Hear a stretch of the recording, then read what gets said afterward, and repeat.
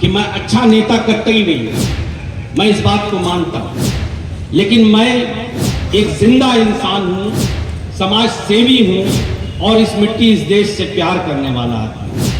मैंने हमेशा इस बात को माना और कहा कि न तेरा है न मेरा है, ये हिंदुस्तान सबका है, नहीं समझी गई ये बात तो नुकसान सबका है। खून को खून कहता हूं, पानी नहीं कहता, महलों की रत्ताशा को मैं रानी नहीं कहता।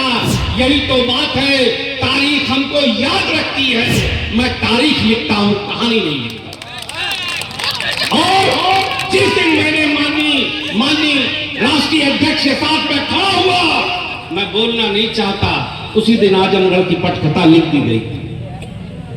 और कुछ लोग अक्सर ये बातें कहते हैं कि किसी ने धोखे में वोट दे दिया, कोई हार गया कोई जीत गया। नहीं, कभी किसी ने इस गुड्डू जमाली को धोखे में वोट नहीं दिया।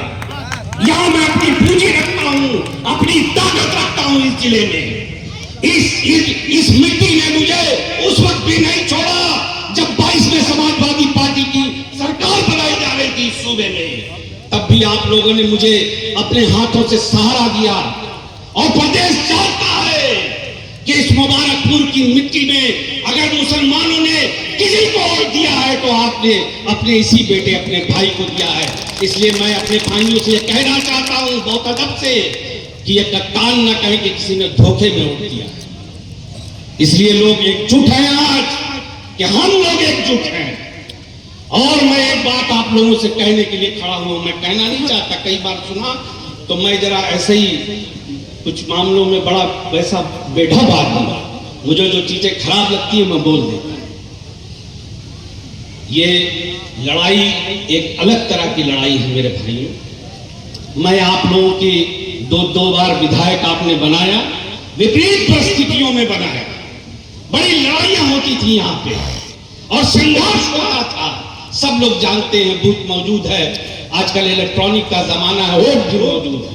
हम और अखिलेश भाई लड़ते थे यहाँ से। सवाल यह है कि आज जब हम दोनों एक साथ खड़े हैं तो यहाँ तीसरा कौन रहेगा? और साथ में मजीद भाई बैठे हुए हैं यहाँ पे, इनका अपना बड़ा जनाधार है। सारे मोदी साथी बैठे हुए हैं, कांग्रेस के हमारे साथी बैठे हुए हैं। इसलिए मैं तो सिर्फ इतना कहना चाहता हूं, जीत तो होगी ही इंशाअल्लाह, जीतने से कोई नहीं रोक सकता।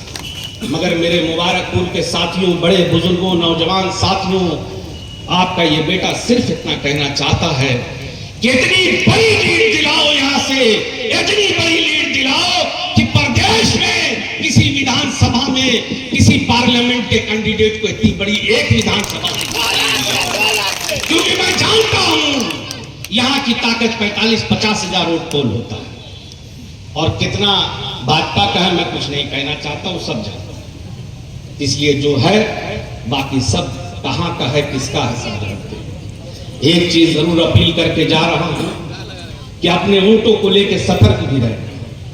वोट चाहे हमारे पास कितना भी हो, लेकिन वोट अगर जब तक पड़ेगा नहीं उसकी कोई अहमियत नहीं।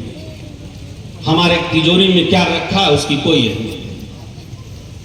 इसलिए चाहे कुछ भी हो जाए, ये लोग डराने की कोशिश करते हैं। पुलिस वाले, इनके प्रशासन के लोग हमारे लोगों को रोकने की कोशिश करते हैं। याद रखना, किसी ने कहा है कि जो डर गया वो मर गया। जिंदा रहना है, इश्तियाक भाई अक्सर कहते हैं कि जिंदा रहना है तो हालात से डरना कैसा है। जंग लाजिम हो तो लश्कर नहीं देखे जाते। ये अक्सर मैंने कहते हुए सुना है इसका।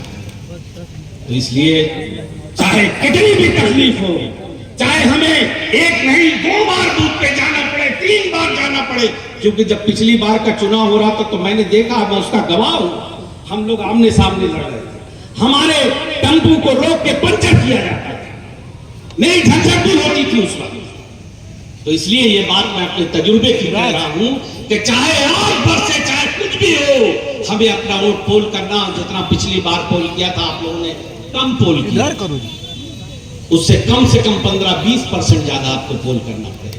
वो आपकी ताकत है, आप विधानसभा में करते रहे। मेरे भाइयों, देश के जो हालात हैं वो मैं तो कहता हूं कि मैं खाली इनके लिए नहीं लड़ रहा, ईमानदारी से कहूं तो मैं अपने लिए भी लड़ रहा, अपने बाल बच्चों के मुस्तकबिल के लिए लड़ रहा हूं। इस देश में क्या होगा इस बात के लिए लड़ रहा हूं। अभी आबिद भाई कह रहे थे ये सही और गलत की लड़ाई है। एक तरफ वो खेमा है जो देश में जुल्म और ज्यादती करना जिसका शौक है, और एक तरफ वो खेमा खड़ा है जो इसको रोकना चाहता है। इसलिए मैं एक संदेश देके जा रहा हूं, जिंदगी भीख में नहीं मिलती, जिंदगी बढ़ के छीनी जाती है। सर झुकाने से कुछ नहीं होगा, सर उठाओ तो कोई बात बने। इसलिए लड़ो, ऐसा लड़ो कि तारीख बन जाए। अब हम दोनों यहां एक साथ हैं, इसलिए हम दोनों को वोटों को मिला करके इतनी बड़ी लीड करो ताकि हम भी सर उठा के इनसे कह सके कि भैया ये हमारे मुबारकपुर क्षेत्र था। खुदा हाफिज।